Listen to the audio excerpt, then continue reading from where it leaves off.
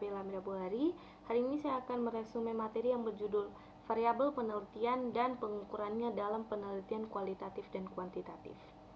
Baik, langsung saja ke pengertiannya. Untuk penelitian tersendiri merupakan pekerjaan ilmiah yang harus dilakukan secara sistematis, teratur, dan tertib, baik mengenai prosedurnya maupun proses berpikirnya tentang materinya. Selanjutnya adalah kriteria dan karakteristik penelitian kualitatif dan kuantitatif. Nah, untuk penelitian kualitatif, yang pertama itu adalah latar ilmiah pada latar atau objek yang alamiah atau pada konteks dari suatu keutuhan. Dan yang kedua, manusia sebagai alat atau instrumen. Yang ketiga, analisis data secara induktif, di mana fakta yang ditemukan di lapangan dikonstruksikan menjadi sebuah teori atau konsep. Dan yang keempat, lebih mementingkan proses daripada hasil, karena hubungan bagian yang diteliti akan jauh lebih jelas. Dan yang kelima, kesimpulan lebih menekankan pada makna atau transferability. Selanjutnya, untuk penelitian kuantitatif, latar ilmiahnya itu pada populasi atau sampel yang representatif. Dan yang kedua, instrumen sesuai standar dan sudah diuji validitasnya. Dan yang ketiga, analisis data secara deduktif, di mana untuk menjawab rumusan masalah digunakan konsep atau teori sehingga dapat dirumuskan hipotesisnya. Dan yang keempat, lebih mementingkan produk. Dan yang kelima, kesimpulan dari sampel digeneralisasikan pada populasi. Selanjutnya, penggunaan kualitatif dan kuantitatif. Antara dua metode ini tidak perlu dipertentangkan karena saling melengkapi dan masing-masing memiliki keunggulan dan kelemahannya. Penggunaan metode kuantitatif.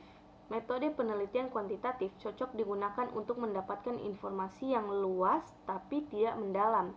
Bila populasi terlalu luas, maka peneliti dapat menggunakan sampel yang diambil dari populasi tersebut. Nah, untuk penggunaan metode kualitatif, memahami perasaan orang. Perasaan orang yang sulit dimengerti kalau tidak diteliti dengan metode kualitatif, dengan teknik pengumpulan data secara wawancara mendalam, dan observasi berperan serta untuk ikut merasakan apa yang dirasakan orang tersebut. Untuk jangka waktu penelitian kualitatif itu pada umumnya cukup lama, karena bersifat penemuan bukan sekedar hipotesis seperti dalam penelitian kuantitatif. Kalau untuk jangka waktu penelitian kuantitatif itu tidak terlalu lama karena data yang dikumpulkan menggunakan sistem kuesioner. Nah, berikut adalah kompetensi yang dibutuhkan dalam penelitian kuantitatif dan kualitatif. Untuk kuantitatif sendiri, mampu melakukan analisis masalah secara akurat sehingga dapat ditemukan masalah penelitian yang betul-betul bermasalah. Dan untuk kualitatif, mampu menciptakan hubungan yang akrab pada setiap orang yang berbeda pada konteks sosial. Penggabungan metode kuantitatif dan kualitatif. Karena metode ini saling memiliki keunggulan dan kekurangan masing-masing, oleh karena itu metode kualitatif dan kuantitatif keberadaannya tidak perlu dipertentangkan karena dua metode tersebut saling